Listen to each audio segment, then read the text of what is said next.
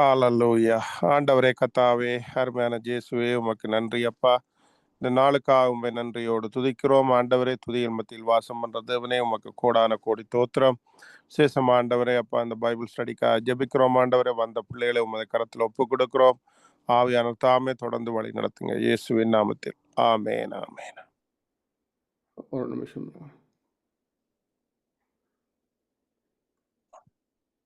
Price Lord. இன்றைக்கு நாங்கள் Asia 66ஆம் அதிகாரம் முதல் 10 வசனங்களையும் இன்றைக்கு கவனித்து பார்ப்போம். படிக்கிறதுக்கு இந்த இதில் நீங்கள் ஒரு ஆள் ரீட் பண்ணிங்கன்னு சொன்னால் ஒரு வசனமாக பிறகு கவனித்து பார்ப்போம். ஏசியா 66 முதல் 10 வசனங்களும். கர்த்தர் சொல்கிறது என்னவென்றால், வானம் எனக்கு சிங்காசனம், பூமி எனக்கு பாதபடி. நீங்கள் எனக்கு கட்டும் ஆலயம் எப்படிப்பட்டது? நான் தங்கியிருக்கும் ஸ்தலம் எப்படிப்பட்டது? என்னுடைய கரம் இவைகளெல்லாம் சிருஷ்டித்ததினால் இவைகளெல்லாம் உண்டாயின என்று கர்த்தர் சொல்கிறார். ஆனாலும் சிறுமைப்பட்டு ஆவியில் நொறுங்குண்டு என் வசனத்துக்கு நடுங்குகிறவனையே நோக்கி பார்ப்பேன். மாட்டை வெட்டுகிறவன் மனுஷனை கொல்லுகிறவனாகவும், ஆட்டை பலியிடுகிறவன் நாயை கழுத்து இருக்கிறவனாகவும், காணிக்கையை படைக்கிறவன் பன்றி இரத்தத்தை படைக்கிறவனாகவும், தூபம் காட்டுகிறவன் விக்கிரகத்தை ஸ்தோத்திரிக்கிறவனாகவும் இருக்கிறான். இவர்கள் தங்கள் வழிகளையே தெரிந்து கொள்கிறார்கள். இவர்களுடைய ஆத்துமா தங்கள் அருவருப்புகளின் மேல் விருப்பமாயிருக்கிறது. நான் கூப்பிட்டும் மறு உத்தரவு கொடுக்கிறவன் இல்லாமல், நான் பேசியும் அவர்கள் கேளாமலும், அவர்கள் என் பார்வைக்கு பொல்லாப்பானதை செய்து நான் விரும்பாததை தெரிந்து கொண்டது நிமித்தமும், நானும் அவர்களுடைய ஆபத்தை தெரிந்து கொண்டு அவர்களுடைய திகில்களை அவர்கள் மேல் வரப்பண்ணுவேன். கர்த்தருடைய வசனத்துக்கு நடுங்குகிறவர்களே, அவருடைய வார்த்தையை கேளுங்கள். என் நாமத்து நிமித்தம் உங்களை பகைத்து உங்களை அப்புறப்படுத்துகிற உங்கள் சகோதரர் கர்த்தர் மகிமைப்படுவாராக என்கிறார்களே. அவர் உங்களுக்கு சந்தோஷம் உண்டாகும்படி காணப்படுவார், அவர்களோ வெட்கப்படுவார்கள். நகரத்திலிருந்து அமளியின் இரைச்சலும் தேவாலயத்திலிருந்து சத்தமும் கேட்கப்படும். அது தமது சத்துருக்களுக்கு சரிக்கு சரி கட்டுகிற கர்த்தருடைய சத்தம் தானே. பிரசவ வேதனைப்படும் முன் பெற்றாள், கர்ப்ப வேதனை வரும் முன் ஆண் பிள்ளையை பெற்றாள். இப்படிப்பட்டவைகளை கேள்விப்பட்டது யார்? இப்படிப்பட்டவைகளை கண்டது யார்? ஒரு தேசத்துக்கு ஒரே நாளில் பிள்ளை பேறு வருமோ? ஒரு ஜாதி ஒருமிக்க பிறக்குமோ? சியோனோவெனில் ஒருமிக்க வேதனைப்பட்டும் தன் குமாரரை பெற்றும் இருக்கிறது. பெற பண்ணுகிறவராகிய நான் பெறச் செய்யாமல் இருப்பேனோ என்று கர்த்தர் சொல்கிறார். பிரசவிக்க பண்ணுகிறவராகிய நான் பிரசவத்தை தடுப்பேனோ என்று உன் தேவன் சொல்கிறார். எருசலேமை நேசிக்கிற நீங்கள் எல்லாரும் அவளோடே கூட சந்தோஷப்பட்டு அவளை குறித்து களி கூறுங்கள். அவள் நிமித்தம் துக்கித்திருந்த நீங்கள் எல்லாரும் அவளோடே கூட மிகவும் மகிழுங்கள். என்ன விதமாக இந்த ஏசியாவில் உண்மையில் இந்த ஏசியா புக் ஜீசஸ் பண்ணதுக்குள்ள எல்லாத்துக்குள்ள அந்த மோஸ்ட் ஆஃப் த டைம்னு சொல்லலாம். நிறைய அது ரிகவர் பண்ணியிருக்கிறார். அந்த அந்த பாருங்க, அந்த ஏசியாவில் எக்ஸ்கியூஸ்மி நாங்கள் இன்றைக்கி கவனித்து பார்க்குறதில்ல, நீங்கள் பார்ப்பீங்க. இந்த இதுவும் உண்மையாக சேர்ச்சை பின்னர் தான். அதை சேர்ச்சைக்குரிய ரகசியங்கள் என்னப்பாங்க அந்த காலத்தில் பார்த்தா வெளிப்படையாக சேர்ச்சை பற்றி ஒன்றுமே இருக்கிறதா தெரியலை. ஆனால் அது எல்லாமே தீர்க்கதரிசனமாக சொல்லப்பட்டது. ஆனால் அதை அவங்க கண்டடையலை.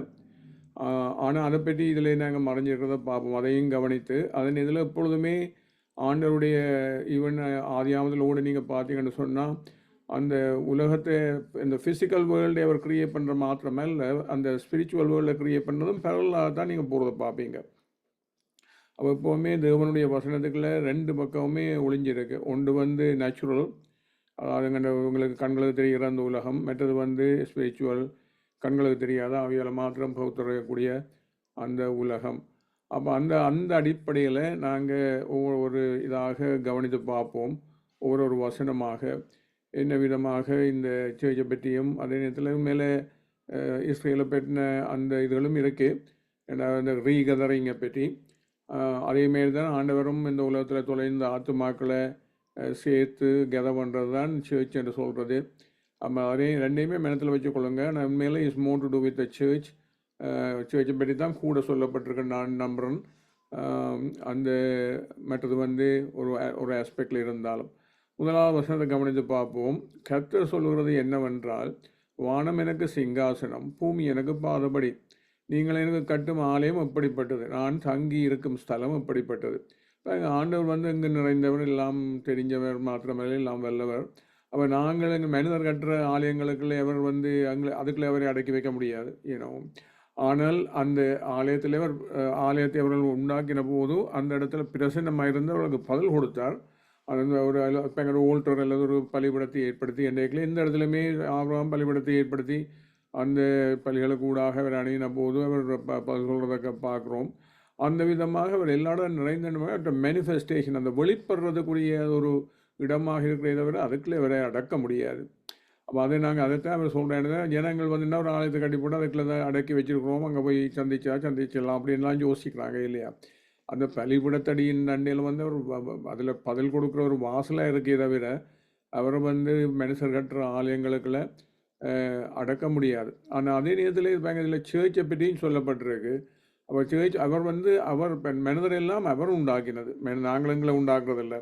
இன்னொரு முதல்ல நீங்கள் யார் ஆதாம் வாழ்ல இருந்து ஆரம்பித்து அப்போ அந்த விதமாக அப்படிதான் இப்போ இயேசுவே சொல்கிற இல்லை ஒரு இடத்துல, வானத்தின் பேர்லேருந்து சத்தியம் பண்ண வேணா அது தேவனுடைய சிங்காசனம், பூமியின் பேர்லேருந்து சத்தியம் பண்ணி என்ன சேர்ச் சொந்தமாக ஒன்றில் சத்தியம் பண்ண வேணாது அவருடைய பாதப்படி என்று சொல்லி அந்த உண்மையிலே இந்த இது பூமியையும் என்ன சொல்கிற ஹேமனையும் அவர் எங்கே சிங்காசனம் இருக்குது எங்கே பாதப்படி இருக்கின்றது. அப்போ அந்த விதமாக இந்த இந்த இப்போ இந்த ஃப்ரேசஸ் நீங்கள் பார்க்குறீங்க, திருப்பி இதில் ரிப்பீட் பண்ணதை இவன் இயேசு கூட கோட் பண்ணதை. அப்போ அந்த இப்போ நாங்கள் தங்கியிருக்கிற ஸ்தலம் எப்படிப்பட்டதுன்றதுக்கு சொல்கிறதுக்கு அதுதான் நாங்கள் விசுவாசம் உள்ளவர்களாகி ஞானஸ்தானம் பெற்று உண்மையிலேயே அந்த சரீரத்துக்குள்ள வந்தால். ஆனால் அப்படி வந்தவங்க தானே பேசிய 2ஆம் இடத்துல நீங்கள் பார்ப்பீங்கள், நாங்கள் எல்லாருமே ஒன்றாக கட்டப்பட்டு ஜீசஸ் மூலக்கல்லாகவும் தீக்க சரிசுகள் அத்திவாரம் இருக்கிற அந்த இதில் அந்த மாலை முழுவதும் இசைவாக இணைக்கப்பட்டு கர்த்தருக்குள் பரிசுத்த ஆலயமாக எழும்புறது. அவர் மேல் நாங்களும் ஆவினாலே தேவனுடைய வாசத்தலமாக கட்டப்பட்டு வருகிறோம் என்று சொல்லி ஆனபடியத்தான் நீங்கள் தேவனுடைய ஆலயமாக இருக்கிறீங்கன்ற ஒரு வசனம் இருக்குது. உங்களுடைய சரீரம் தேவனுடைய ஆலயமாக இருக்கிற சரீரம் இருக்குது. இதெல்லாம் எங்கள் தேவன் உண்டாக்கினோண்டு அதுக்குள்ள ஒரு வாசம் பண்ணுறான்னு சொல்கிற போது அந்த இடத்துல வந்து எங்கள் இதயத்தில் அந்த ஓல்டரில் எங்களோட உறவு வைக்கிறாரு இந்த. ஆனால் இப்போ ஒரு மனுஷனுக்குள்ள தனியாக இல்லை, அந்த விதமாக ஆலயத்துக்குள்ள அவரை சந்திக்க முடியும் அந்த ஓல்டர் அதுக்குள்ளே இருக்கிறபடியால். அதுபடியத்தான் இந்த Mount Zion the city of the living God தேவனுடைய அந்த நகரம் என்று சொல்கிற பல்ற இடத்துல எல்லாம் நீங்கள் பார்ப்பீங்க என்ன விதமாக அந்த மத்தியஸ்தர் இயேசு இருந்த அவருடைய ரத்தம் கூட ஆபேலின் ரத்தத்தை விட பெரிய விஷயங்களை பேசுகிறதுன்னு சொல்லி அந்த அமைப்பு இருக்கிறபடியால் தான் இந்த விதமான இது கூடாக நாங்கள் தேவனுடைய ஐக்கியம் வைக்கக்கூடியதாக இருக்கிறது. இப்போ என்னுடைய 2வது வசனம் வந்து, என்னுடைய கரம் இவைகளை எல்லாம் சிருஷ்டித்ததினால் இவைகளெல்லாம் உண்டாயின என்று கர்த்தர் சொல்லுகிறார். ஆனாலும் அந்தபடியாலே அது உண்மையிலே இப்போ இதெல்லாம் தேவன் தான் சிருஷ்டித்தது, நாங்கள் பூமியில் உள்ளது, அதை நாங்கள் மேனேஜ் பண்ணுறோம். அந்தபடியாலே நாங்கள் செய்கிறதுக்குள்ளே அவரை அடக்க வலிக்கிடக்கூடாது. ஆனாலும் நாங்கள் சிறுமைப்பட்டு ஆவிலை நொறுங்குண்டு என் வசனத்தை நடுங்கிறவனே நோக்கி பார்ப்பேன். அதாவது இன்னும் நடுங்குற இந்த விஷயம் உண்மையில் அது இந்த ஈவன் அந்த வேர்ஷிப்னு சொல்கிற போது எங்கள் பரிசுத்த அலங்காரத்துடனே கர்த்தரை தொழுதுங்கள் பூலோத்தாரே நீங்கள் எல்லாரும் அவருக்கு முன்பாக நடுங்குங்கள். அந்த நடுங்குற என்று சொல்கிற விஷயம் எல்லாமே என்னன்னு சொன்னால் அவருடைய வசனத்துக்கு உண்மையிலேயே அவர் வந்து ஒரு நியாயாதிபதி. அப்போ அவருடைய வசனத்துக்கு நாங்கள் அடங்காவிட்டால் அவர் நியாயம் தீர்க்கிற தேவன். இப்போ நாங்களாம் ஒரு நியாயாதிபதிக்கு முன்னால் நிற்கிற போது தான் நாங்கள் ட்ரெம்பிள் இல்லையா, என்ன நியாயாதிபதிக்குள்ளே போதும்னு சொல்லி. இந்த உலக ரீதியாக கூட ஒரு போலீஸ் செகண்டாக கூட நீங்கள் சம் பீப்புள் ட்ரெம்பிள் என்று சொன்னால் அது நியாயம் தீர்க்கிறதுக்கு உங்களுக்கு அதிகாரம் இருக்கிறபடியால் அந்த அடிப்படையெல்லாம் அவர் சொல்கிறேன். அந்த நடுக்கத்தோடு அவர் அந்த விதமாக இல்லாவிட்டால் நாங்கள் அவரை உயர்த்த போகிறதில்லை, அவருடைய வசனத்துக்குள்ள நாங்கள் அடங்க போகிறதில்லை. அப்போ அதுதான் அந்த தெய்வ பயம்னு சொல்கிறது. அப்போ அந்த தெய்வ பயம் இல்லாமல் நம்ம அந்த மேலே பொல்லாப்பு செய்கிறவங்களுக்கு என்ன எழுதப்பட்டிருக்கு, துன்மார்க்கருக்கு அவங்க கண்களுக்கு முன்னால் தெய்வ பயம் இல்லை. அதுபடி தான் அந்த பிரச்சனையே. அப்போ அதே மாதிரி தான் சாத்தானுக்கும் அந்த தெய்வ பயம் இல்லாதபடியத்தான் இவ்வளவு எல்லா விதமான தீமைகளையும் செய்து ஒன்று தீர்கிறாங்க ஏனோ. அப்போ அந்த விதமாக இந்த அவர் தேவனுடைய இடம் தான் சிரிச்சோம்னா அதை வச்சு கொண்டு நாங்கள் அதை we should not relate to him or play with him. ஆனால் சிறுமைப்பட்டு ஆவியில் நெருங்குண்டு என்று சொல்கிறது இப்போ அங்கே நொறுங்குண்டது நெருங்குண்டதுமான இதயத்தை தேவன் புறக்கணிக்கிறது இல்லை. அது தாவீது சொன்னது. அதே விதமாக நொறுங்குண்டு உள்ள இதயம் அவங்களுக்கு தான் தேவன் சமீபமாக இருக்கிறார். அவங்கள தான் அவர் ரட்சிக்கிறார். ஏன்னு சொன்னால் அவங்க உண்மையிலேயே வேர்ஷிப்பர்ஸ் என்றபடியால். அது மாத்திரமல்ல, அப்படி இருக்கிறவங்க இப்போ பணிந்தவள் ஆவியை உயிர்ப்பிக்கிறதுக்கும் நொறுங்கினவள் இதயத்தை உயிர்ப்பிக்கிறதுக்கும் நொறுங்குண்டு பணிந்துண்ட ஆளுடத்தில் வாசம் பண்ணுகிறேன். அவங்க தான் உண்மையில் அதுதான் தேவனுக்குள்ளே அந்த மாளிகையாக கட்டப்பட்ட ஜனங்கள். அப்போ அவங்களுக்கு அவர் என்ன சொல்கிறேன் அடுத்த வசனத்தில், இது ஏசி 57, நான் எப்போதும் விளக்காட மாட்டேன், நான் இன்றைக்கும் கோபமாக இருப்பதும் இல்லை, ஏனென்றால் ஆவியை நான் உண்டு பண்ணி ஆத்மாக்களும் என் முகத்துக்கு முன்பாக சோர்ந்து போவேன். இப்போ அந்த சோர்ந்து போகிறது கூட அவருக்கு விருப்பம் இல்லை. அது அனதி நேரத்தில் அந்த அந்த பேங்க் அந்த அவருக்கு பயம் இல்லாவிட்டாலும் உண்மையிலேயே நாங்கள் ரசிக்கப்படுறதில்லை. அதுபடித்தான் உண்மையிலேயே அந்த தெய்வபயம் உள்ளவங்கள் தான் நித்திய ஜீவன் நிலைத்திருக்கிற ஜனங்கள். அதுக்கு நிறைய நீ என்ன சொல்கிற ப்ரோவர்ப்ஸ் வசனங்கள் இருக்குது. அப்போ அதையும் மனத்தில் நீங்கள் வச்சுக்கொள்ளுங்க. அடுத்த 3வது வசனம் வந்து மாட்டை வெட்டுகிறவன் மனுஷனுக்கு கொல்லுகிறவனாகவும். இது பார்த்தா இது ஒரு சரியான ஒரு இட்ஸ் குவைட் இன்ட்ரெஸ்டிங். அந்த மனுஷனை கொள்றதுக்கும் மாட்டுக்கும் என்ன சம்பந்தம் என்றது. ஆட்டை பலிகிறவன் நாயை கழுத்து வைக்கிறவனாகவும், காணிக்கையை படைக்கிறவன் பண்ணி இரத்தத்தை படைக்கிறவனாகவும், தூவங்காட்டுறவன் விக்கிரத்தின் சோத்திரங்களை விக்கிரத்தை ஸ்தோத்திரங்களாக இருக்கிறான்னு சொல்லி இவர்கள் தங்கள் வழிகளை தெரிந்து கொண்டார்கள். ஆத்மா தங்கள் அருவறுப்பின் மேல் விருப்பமாக இருக்கிறார்கள். பாருங்க, அதே என்ன நாங்கள் ஒன்று புரிஞ்சு கொள்ளணும். மாட்டை வெட்டுறன்றது அது மேலே பலி கொடுக்குற இது வந்து என்னதான் திருப்பாவும் தேவன் வேர்ஷிப்பில் பெரிய தான் சொல்கிறார். ஏன்னா அது உண்மையோடும் ஆவியோடும் தெரிந்து கொள்கிற ஜனங்களைத்தான் ஆண்டவர் உண்மையிலேயே இதயம் தேடுது. இது வந்து உலக ஆவிக்கேற்றது அடிப்படையில் செய்கிற விஷயங்கள். அதுதான் கெயின் செய்தது. இந்த உலகத்து பொருட்களையும் உலகத்து மணியையும் முதலையும் கொண்டு வந்து அதுகளால் தேவனை வாங்க பார்க்குறது ஏனோ.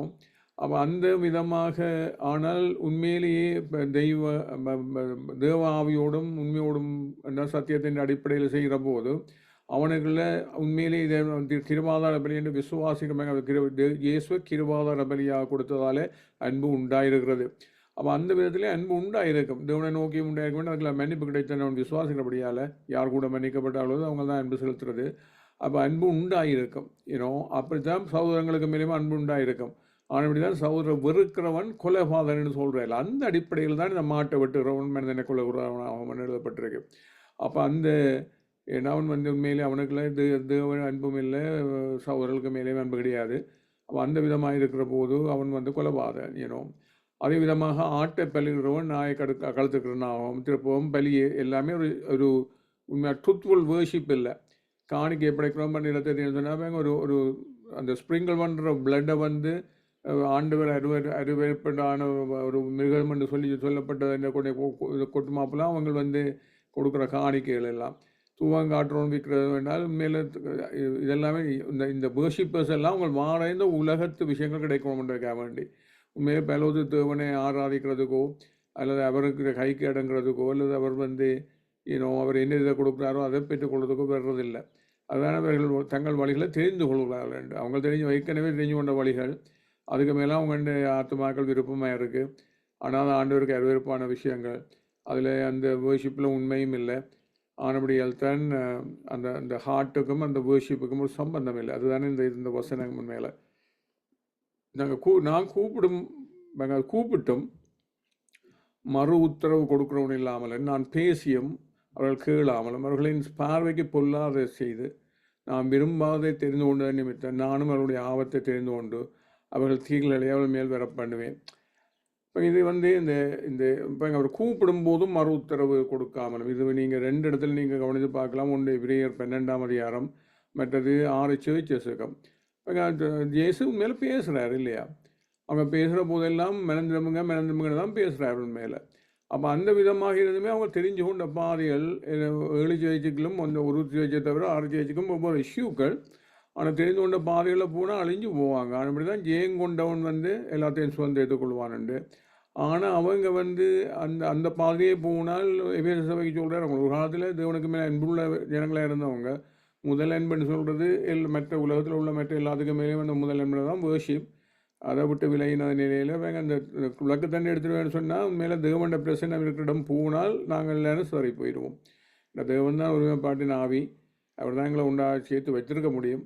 அப்போ அவர் இல்லாத இடத்துல அங்கே ஒருமைப்பாடுன்றதே கிடையாது. அப்போ அந்த விதமாக அந்த அதுதான் சொல்கிறேன்னு சொன்னால் அந்த தீகளை உங்கள் மீது வரப்படுவேன்னு சொன்னால் இந்த சரியாக அந்த மாதிரி ஈவன் இந்த இஸ்ரேல் போன போது தான் ஆண்டவர் சிதறடித்துக்க சிதறடிக்கிறேன்னு உண்மையில் அவருடைய பிரச்சனையிலேருந்து வெளியே அனுப்பினால் சிதறடிக்கப்படுவாங்க. ஏன்னா தேவனங்களை மேனேஜ் பண்ணலை. மாமிசத்தில் இருக்கிற பாவம் எல்லாரையும் கொலை பண்ணுறது சிதறடிக்கிறது தான் அதனுடைய எபிலிட்டியே. அப்போ அந்த விதமாக தெரிந்து கொண்டது நிமித்தம் என்று சொல்லி அப்போ ஆண்டவர் உண்மையிலே பல்லவத்திலேருந்து பேசுகிறார். அதை மறக்கக்கூடாது. அப்போ பேசுகிற போது அப்படி சத்தத்தை கேட்டு மெனஞ்சிரும்பினால் ஒழிய உண்மையிலே நாங்கள் பொல்லாமல் செய்கிறதுகளுக்குள்ள அகப்பட்டு பாவத்துக்குள்ள அகப்பட்டு உண்மையிலே போக வேண்டிய வழியில் போகாமல் அழிவு பாதையெல்லாம் போய் கொண்டிருப்போம். 5வது வசனத்தை பார்ப்போம். கர்த்தருடைய வசனத்துக்கு நடுங்கிறவர்களே அவருடைய வார்த்தையை கேளுங்கள்.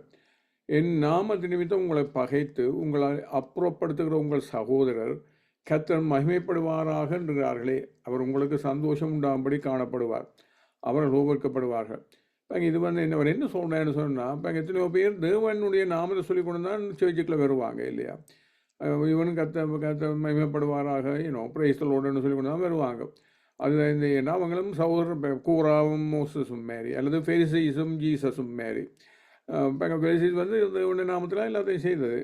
அதேமாரி இப்போ சேர்ச்சுக்குள்ளே இந்த அதுதான் 1 யோவான் எழுதப்பட்ட வார்த்தைகள் அவங்க எல்லாம் உண்மையிலே இப்போ சொல்ல உண்டாயிருந்து போட்டு பிரிஞ்சு போய் அவங்கள பெர்சிக்யூட் பண்ணுறாங்க. அதுதான் இந்த அந்த கிறிஸ்துவ நாவி என்று அவர் எழுதியிருக்கிறது எல்லாமே சேர்ச்சுக்குள்ளே இருக்கிற ஜனங்களை.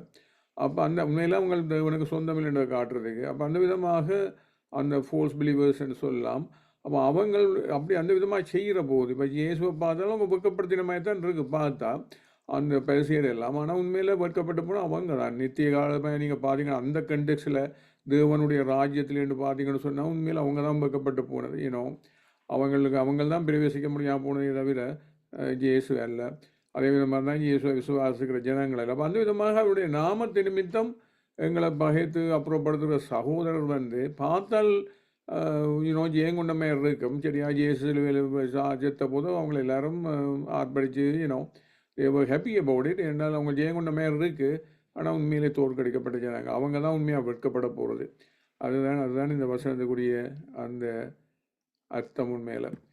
அடுத்ததாக நகரத்திலிருந்து அமளியின் இறைச்சலும் தேவாலயத்திலிருந்து சத்தமும் கேட்கப்படும். அது தமது சத்துருக்களுக்கு சரி கட்டுகிற கர்த்தருடைய சத்தம் தானே. இது அந்த என்ன சொல்கிறது இறைச்சல் என்ன சொல்கிறது மிலிட்ரி ஆக்ஷன்ஸ் மாதிரி. இப்போ நகரத்தில் அமளி இறைச்சல் என்னெல்லாம் வாரது மிலிட்ரி. இப்போ யோசிப்பாங்க இப்போ என்ன மாரி ஈரானும் இஸ்ரேலும் இருக்கிற அந்த ஓடி பொம்பனை கொண்டே இருக்கிறாங்க. அதேமாதிரி தான் ரஷ்யா இப்போ அதுதான் நகரத்தில் தான் தாக்குறாங்க இல்லையா. அப்போ அந்த இதில் இருக்கும்போது தேவாலய சத்தம் கேட்கப்படும் எழுதப்பட்டிருக்கு. அதுதான் இப்போ இந்த இப்போ தேவாலயம் பண்ணுறது சர்ச். அந்த நேரத்தில் அந்த தேவாலயத்துக்குள்ளே 2ஆம் 3ஆம் அதிகாரம் வெளிப்பாடுகளில் 7 சேர்ச்சுகளை பற்றியும் ஆண்டவர் பேசுகிற போது அவர் தான் பேசுகிறார் இல்லையா. அதேமாரி எபிரேயர் 12ஆம் அதிகாரத்திலும் அந்த நேரம் மோசேன்ற காலத்தில் வர மலையிலேருந்து பேசினவர்கள் அடங்கி இருக்க நாங்கள் பரலோகத்திலேருந்து பேசுகிறவர்களுடைய சத்தத்தை கேட்டு அடங்கால் இருப்போமோ அல்லது இந்த ஒரு தேவராஜ்யத்துக்கு இல்லாத என்ன அடங்காத விஷயம் எல்லாமே என்ன மாரி மறுவப்பட்டு போவோம்னு சொல்லி சொன்னால் அவங்களுக்கு புறம்பதல்லப்படும் இல்லை சப்டியூ பண்ணப்படும் பாதபடியாக்கப்படும். அப்படி மாறுறபடியால் தேவன் பச்சிக்கிற அக்கினியாக இருக்கிறாருன்னெல்லாம் எழுதப்பட்டிருக்கு. அந்த விதமாக தேவன் அந்த அர்த்தத்தில் அந்த சத்தம் தேவன் உங்களை ஜட்ஜ் பண்ண வரும் அல்லது எங்களை டிரான்ஸ்ஃபார்ம் பண்ண வரும். சரியாக என்ன சொல்கிறது பொன்னை பியூரிஃபை வேணுமா போல். அப்போ அது எப்போவுமே அந்த விதமான பச்சிக்கிற அக்கினி உண்டானால் அது ஒன்றில் பியூரிஃபை பண்ணணும் அல்லது பேர்ன் பண்ணி போடும். அதுதான் தமது சத்துருக்களுக்கு சரி கட்டுற கர்த்தருடைய சத்தம் தானுடைய அர்த்தம். உண்மையிலேயே அவருடைய அந்த விதமாக தேவனுடைய வசனத்தை மெற போது அதை கேட்காத ஜனங்கள் எல்லாம் அந்த மேலையில் தொட்டாலேயே கிட்ட போனாலே எரிஞ்சு போவாங்கன்ற மாதிரியான அந்த கண்டிஷன் மாதிரி தான் இதெல்லாமே. அப்போ உண்மையிலேயே அவரை ரெஃபரன்ஸ் இல்லாமல் வேர்ஷிப் இல்லாமல் அந்த இடத்துல வந்தால் அது அழிக்கப்பட்டுரும். அவங்க ஜட்ஜ் பண்ணப்படும். அதே நேரத்தில் அவருடைய பிள்ளைகளாக இருந்தால் அது பியூர்ஃபை பண்ணும். அந்த அர்த்தத்துக்குரிய அந்த வசனங்கள் அது. பிரசவ வேதனைப்படும் முன் பெற்றால் கற்ப வேதனை வரும் முன் ஆண் பிள்ளையை பெற்றால் எழுதப்பட்டிருக்கு. திருப்பவும் இது திருப்பவும் இப்படி யோசிப்பாருங்க. ரீபர்த் எங்களுடைய யோவான் 3ஆம் அதிகாரத்தில் அவர் என்ன சொல்கிறார், இந்த மறுபடியும் பிறக்கிற அனுபவத்தை பற்றி சொல்கிறார் அவனுக்கு. அதுக்கு அதில் இந்த மாம்ச ரீதியாக பிரசவ வேதனை ஒன்றும் இல்லை. அப்போ என்ன மாரி அந்த சியோன் நகரம் அல்லது இந்த ஒரு பெண்ணாகத்தான் போர்ட்ரே பண்ணியிருக்கு சேர்ச்சை. இந்த சேர்ச்செல்லாம் பிள்ளைகள் பிறக்கிறபடியால், இல்லை சேர்ச்சுக்கு பிள்ளைகள் பிறக்கிறபடியால், அப்போ அந்த விதமாக அந்த அப்போ எங்கள் பிரைட் ஆப்ரேஷன் தான் சொல்கிறோம் இல்லையா. அப்போ அந்த விதமாக அந்த ரீபர்த்தை பற்றி சொல்கிற போது அது இந்த விதமான பிரசவ வேதனை கிடையாது, கற்ப வேதனையோ கிடையாது. ஆனால் பிள்ளைகள் பிறக்கிறத பார்க்குறோம். அந்த அதனுடையத்தான் இந்த கமிங் ஆஃப் மெசேயா அந்த ப்ரொஃபஸி இதுகளை பற்றி அந்த அடிப்படையில் தான் நான் இன்றைக்கி இதை நான் விளங்கப்படுத்தி கொண்டு போகிறேன். அதே நேரத்தில் இப்போ உண்மையிலே எருசலம் கூட ஒரு வலும் குயிக்காக தான் பிறந்தது. திருப்பி அவங்க கதை பண்ண போது இந்த செகண்ட் வேர்ல்டு வாருக்கு பிறகு இந்த ஹிஸ்ட்ரியை தெரிஞ்சவங்களுக்கு அது புரியும். அதுக்கப்புறம் அந்த ஆஸ்பெக்டும் ஒன்று இருக்குது. அதே நேரத்தில் அவங்க சிறந்த அவங்கள சேர்த்து பிடிக்கிறதும், இப்போ தேவன் பேசுகிறது, இப்போ திருப்ப அந்த டெம்பிளை கட்டுவாங்களோ இப்போ கட்டுவாங்கன்னு தெரியாது. அப்போ அந்த விதமாக திருப்பி அந்த டெம்பிள் கட்டிப்போ இந்த அழிக்கப்படுறத கூட பார்க்குறோம். அந்த அழிக்கப்படுற விஷயங்கள் கூட இயேசு கூட ப்ரொஃபஸியாக சொல்கிறத பார்க்குறோம் இல்லையா. 8வது வசனம் இப்படிப்பட்டவளை கேள்விப்பட்டது யார், இப்படிப்பட்டவளை கண்டது யார்? ஒரு தேசத்துக்கு ஒரு நாளில் பிள்ளை பேர் வருமோ, ஒரு ஜாதி ஒருமிக்க பிறக்கக்கூடுமோ? சியோன்னு சொல்கிறதுமே எப்போவுமே சர்ச், மவுண்ட் இந்த city of the living God, church of the firstborn எல்லாம் படிக்கிறோம் இல்லையா. ஒரு ஜாதி ஒருமிக்க பிறக்குமோ, சியோனில் ஒருமிக்க வேதனைப்படும் தங்குமான பெற்றும் இருக்கிறது. இப்போ அதுதான் இந்த உடனே பிறக்கிறேன்னு சொல்கிறேன். நாங்கள் உண்மையிலே ஒரு விசுவாசிக்கிறவன் ஆண்டவர் பிறக்கிறான். இந்த 9 மாதம் சென்ற பிறகு தான் பிறக்கிற பேச்செல்லாம் கிடையாது. அப்போ அந்த அடிப்படையிலே அந்த ஒரு ஏன் அந்த சியோனு மேலே ஒருமிக்க வேதனைப்படுறேன்னு சொன்னால், உண்மையில் இந்த இப்போ ஜனங்கள் தேவனுக்கு பிறக்கணும்னு செய்யப்படுற சுவிசேஷ ஊழியங்கள் எல்லாத்துக்களும் எவ்வளவு சேர்ச்சை பெர்சிக்யூட் பண்ணுறாங்க. அப்படி யோசிச்சு பாருங்க. சேர்ச்சுகளை எரிக்கிறாங்க, பாஸ்டர்ஸ் எல்லாம் கொலை பண்ணுறாங்க. அப்போ அந்த மாரி இந்த மாரி யூஎஸ் இப்படி அமைதியாக இருக்கிற ஒரு சின்ன ஒரு ஃப்ராக்ஷன் ஆஃப் த வேர்ல்டு தான். Majority of the world persecute இல்லையா. அப்போ அந்த மாரி அந்த வேதனை கூடாது தான் அந்த பிள்ளைகள் பிறக்கிறது. அது இப்போ ஒரு ஜாதி ஒருமிக்க பிறக்க கூடமோண்டா எல்லாம் வேர்ல்டு முழுக்க நீங்கள் பார்த்தீங்கன்னு சொன்னால் அந்த சேர்ச்சுக்குள்ள ஒரு சேர்ச் ஒன்று தான். அதுதான் அந்த ஒரு ஜாதி ஒருமிக்க பிறக்க கூடுமோன்றது. அந்த விதமாக அந்த பிள்ளைகளை இன்க்ரீஸ் பண்ணுறது ட்ரெமெண்டஸ்லி எவ்வளோ குயிக்காக எருசலேமில் ஆரம்பித்து இப்போ உலகம் பூராக நீங்கள் பார்க்குறோம் தேவனுக்கு பிள்ளைகள் இருக்கிறத. அந்த அடிப்படையெல்லாம் அவர் சொல்கிறார். அப்போ இப்படிப்பட்ட கேள்விப்பட்டவன் யார், இப்படிப்பட்ட கண்டது யாருன்னு சொல்கிறது உண்மையிலே அந்த ஜோன் 3 கன்வர்சேஷன். இதை இப்படி மறுபடியும் பிறக்க முடியும், திருப்பியும் அம்மாண்ட பூமுக்குள்ளே போக முடியுமோன்னு அவன் கேட்குறான் இல்லையா. அதுக்கு இயேசு சொல்கிறேன், அப்படி இல்லை, இது ஆவியாலும் ஜலத்திலாலும் பிறக்கிற ஒன்று, தேவனை பிறக்கிற அனுபவம். அந்த விதமாக அந்த ஒரு பீரியட் எடுத்து செய்கிற விஷயம் இல்லை. ஒரே நாளில் பிறக்கின்றது தான் 1 யோவான் 1:12 நாமத்திலே விசுவாசம் ஆயவர் ஏற்றுக்கொண்டு எத்தனை பேர், அத்தனை பேரும் தேவனுக்கு பிறந்த பிள்ளைகள். அது மாமிச சித்தாமல் இல்லை, மனுஷத்த சித்தாமல்னு சொல்கிறதெல்லாம் இந்த நேச்சுரல் பேர்த் அல்லன்னு சொன்னால் 9 மாதம் கேரி பண்ணி பிறக்கிறதல்ல, அந்த அடிப்படையிலே அல்ல. சியோனுவெனில் ஒருமிக்க வேதனைப்படுவதான இந்த சேர்ச் முழுக்க பெர்சிக்யூட் பண்ணுறன்றது. அப்போ உண்மையிலேயே அந்த கிங்டம் ஆஃப் கோடுன்னு சொல்கிற அந்த அதுக்குள்ளே இப்போ என்ன பண்ணுற அந்த ஜாதி ஒருமிக்க பிறக்கிறவர்கள் என்று சொல்கிற போது ஒரு நேரத்தில் ஒரு பிரசவ வேதனை இல்லாமல் பிறக்கிற பிள்ளைகள் பிறப்பண்ணுறாகிய நான், அது தேவனுக்கு பிறக்கிறது. ஆனால் அப்படி தான் பிறப்பண்ணு நான் போடப்பட்டிருக்கு. அதேமாதிரி இஸ்ரேலுமே when it is ரீபோர்ன் எல்லாருக்கும் சிறதப்படி திருப்பி கொண்ட போதும் அது தேவன் தான் செய்தது. அப்போ அந்த நேச்சுரல் சைடும் இருக்குது. நான் பிற செய்யாமல் இருப்பேனோன்னு கத்த சொல்லுகிறார். பிரசவிக்கன்னு சொன்னால் அவர் சத்தியம் பண்ணுறது. இப்போ நாங்கள் அந்த ப்ராமிஸை நம்பி தான் போகிறோம் இல்லையா. அப்போ அந்த விதமாக அதேமாரி தான் அவங்களுக்கும் ப்ராமிஸ் பண்ணேன், நான் திருப்பி உங்களை சேர்த்து கொண்டு வந்து ஒரு நாடாக சேர்க்குற விஷயம். ஆனால் அவர் அப்படி பண்ணுறதை கூட பார்க்குறோம். பிரசவிக்கப்பட்டவராகிய நாம் பிரசவத்தை தடுப்பேனோ ஒன்று இது இன்னொன்றும் புரிஞ்சு கொள்ளணும். நாங்கள் இந்த ப்ராமிசஸை பார்க்குற போது ஜனங்கள் மேலே அதை மேலே விசுவாசம் இல்லாட்டா அவங்க நகைப்பாங்க. What is this? நாங்கள் நேச்சுரல் சைடை வச்சு கொண்டு பார்க்குறபடியால் ஏன்னா ஒரு மறுபடியும் நான் கேட்ட கேள்வியுமே தான் மறுபடியும் பார்க்கணும், திருப்பி நான் பூமுக்குள்ளே ஓடுதோ அந்த விதமாக இல்லாமல் உண்மையிலேயே அந்த தேவன் அவர் தான் செய்கிறார். அப்போ நாம் எப்படி நான் திருப்பி நான் சொன்னதை செய்யாமல் இருப்பேனோன்றது தான் நான் பிரசவத்தை தடுப்பேனோ உண்டு. நம்முடைய உண்மையாகவே அந்த அந்த தேவன் அவர்கள் அந்த அந்த மாரி இருக்கிற போது அவன் மறுபடியும் பிறகுனோ இல்லையா எல்லாம் அப்படியெல்லாம் தடுமாறுற போது அந்த உண்மையிலே தேவனுடைய வசனத்தை தான் பயப்படணும். மறுபடியும் ஆத்மா கொல்லவர்களுக்கு பயப்படாமல் சரீரத்தை மாத்திரம் கொள்றவங்களுக்கு பயப்படாமல் இயேசு ஆத்மாவையும் சரீரத்தை நேரத்தில் அடிக்க வல்லவருக்கு பயப்படுங்கள். ஏன்னா இந்த மறுபடியும் பிறக்காமல் நாங்கள் தேவராஜ்யத்தை பிரவேசிக்க முடியாது. அப்போ உண்மையிலே அவருக்கு பயந்து அவருக்கு தான் நாங்கள் ஆராதனை செய்யணுமே தவிர இந்த உலகத்துக்கு வல்லமைகளுக்கு அல்ல. 10வது வசனத்தை பார்ப்போம். எருசலேமை நேசிக்கிற நீங்கள் எல்லாரும் அவர்களுடைய கூட சந்தோஷப்பட்டு அவர்கள் குறித்து களி கூறுங்கள். அவள் நிமித்தம் தூக்கிட்டிருந்த நீங்கள் எல்லாரும் அவளுடைய கூட மிகவும் மகிழுங்கள். இன்னுமே இப்போ எங்கள் எருசலேம் என்றதும் மேலே mount Zion the city of living God. அந்த சர்ச்சை உண்மையிலே லவ் பண்ணுற ஜனங்கள் அல்லது இஸ்ரேல் பார்த்தால் இந்த ஆனால் உண்மையிலே ஹெவன்ல ஜெருசலம் உண்மையிறது அதில் ஜெருசலம் கலிகூரங்கள் எழுதப்பட்டிருக்கு. இவன் இயேசு கூட அந்த திருப்பி அந்த ஜெருசலத்தில் பிரவேசிக்கிற அனுபவத்தில் பிதாவோட கூட இருக்கிற அனுபவத்தில் நீங்கள் 16வது சங்கீதம் தன்னுடைய மரணமும் உயிர்த்தெழுதலும் அதில் என்ன சொல்லப்பட்டிருக்கு அந்த கடைசி வசனங்களை, என்ன ஆத்மாவை நீங்கள் பாதாளத்தில் விட மாட்டீங்க, உங்களுடைய பரிசுத்தமான அழிவை காணவிட்டீர், ஜீவ மார்க்கத்தை எனக்கு தெரியப்படுத்தி உங்களுடைய சமூகத்தில் பரிபூர்ண ஆனந்தம் உங்களுடைய வேலை நித்திய பேரின்பமும் உண்டு. ஆனபடியே தான் அவங்க முதலாவது அந்த டே ஆஃப் பெண்டிகோஸ்டில் நிறைந்த போது அவர்கள் எல்லாருமே சந்தோஷமாக இருக்கிறத பார்த்து தான் அவங்க சொன்னாங்க அவங்க குடிச்சிட்டாங்கன்னு சொல்லி.